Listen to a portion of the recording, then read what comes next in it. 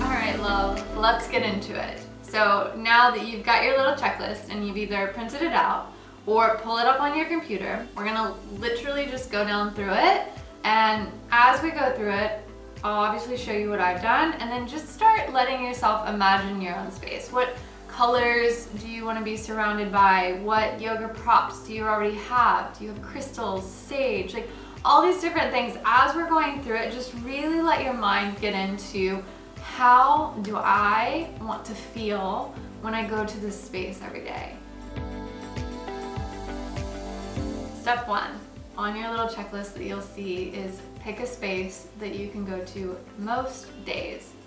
Reality is, you may not be in the space every single day, but it still needs to be a place that you could be. Because if all of a sudden you're like, I'm just want to practice yoga every single day this week, you need the space to be available to you all the time. When you're there meditating all the time or doing yoga, you're always in this really high vibration. That vibration is then put into that area. Naturally, as you create more energy, it expands, expands, expands. And so on the days that you maybe are like, I want to show up to my mat, but I'm not there 100%. Your mat and your place can then hold you and support you. So really take this serious. Look around your whole house and decide. And once you decide, make that decision. This is it. Number 2, get a rug. This was one of the things that completely changed my home practice, because I would always just roll my little yoga mat up, roll it out, back up, over and over. Let me tell you what, it's really easy to say, you know, just don't really want to do that today. However, if you have a rug, there are so many benefits. Not only does it set the space where you can tell your kids, your husband, your boyfriend, your friends, you can do your best and try and tell your dog, but this is my space. If you're like me and you move around a lot in your practice and you tend to kind of roll your way off your yoga mat, the rug is great because there's not a boundary then. And so it allows for more movement, more flowing. Just do it, trust me. Like it is a life changer. It's a game changer when it comes to your yoga practice.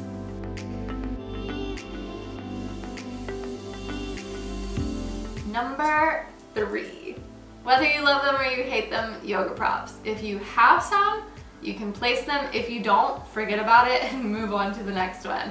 For me, I have a couple of yoga blocks, a little yoga wheel strap, as well as a foam roller. So just, you know what you like in your practice and put them there.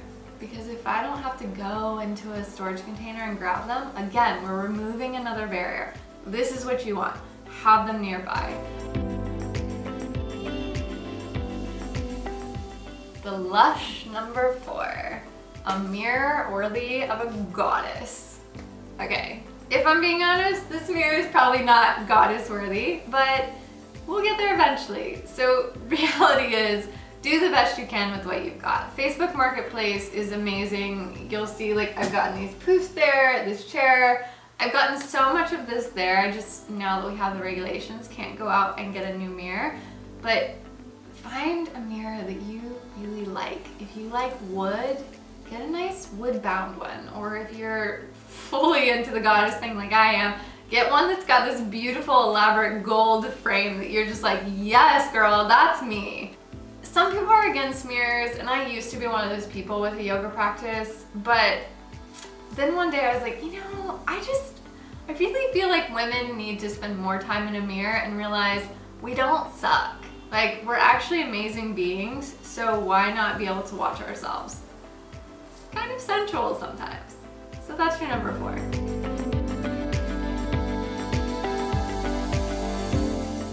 Number 5. All the little things that make you feel sexy. Candles, books, cute little cards, anything you've got that you're like, yes, that makes me like myself a little bit more. A couple other little things that I included were, you know, an Agnihotra, a burning tin. So if you do some new moon rituals, which I know a lot of offerings are happening on the internet right now, it keeps you safe. So if you just get like a little tin or something like that where you can burn the paper in it, it can be really beautiful to just have it there. Books. I just love to have books around me. There's something about seeing all the different titles and knowing that that either is or will soon be in my brain. I like it. Candle. I would say definitely have a candle if you're doing any of the classes that you're doing like journaling or anything like that. It can be a really nice way to just light and say, I'm here. Number 6, a journal and your favorite pen. Do not deny yourself of having your favorite type of pen. I like the really, really fine tip pens. Some of you like a little chunky one. Let it be there and be really close, because as you start to practice more in your own space and you're not just constantly bombarded with someone else telling you what to do, you'll notice things will come up. And you may very well just want to be able to just jot that down. So that's your number 6. Last but absolutely not least is number 7, something to cleanse the air around you. Plants. Salt rock. They're both great. If you want something really simple but you want to go the plant route, peace lilies are really easy to take care of. It's pretty hard to overwater them. Put them in a cute little pot, which I'm about to put mine into here and let her grow a lot bigger, or you can do a simple salt rock. And they actually don't have to be on to be cleansing, but it does give this nice, really pretty glow if you're doing like an early morning practice or an evening practice where the full lights don't feel good. So there you have it, babe. That is everything on your checklist and some examples that I've thrown together to create my own space. And now my hope is that you will actually take this checklist, go through it, take it to heart so that you can fully love the space that you're in. Until next time, I'll see you later.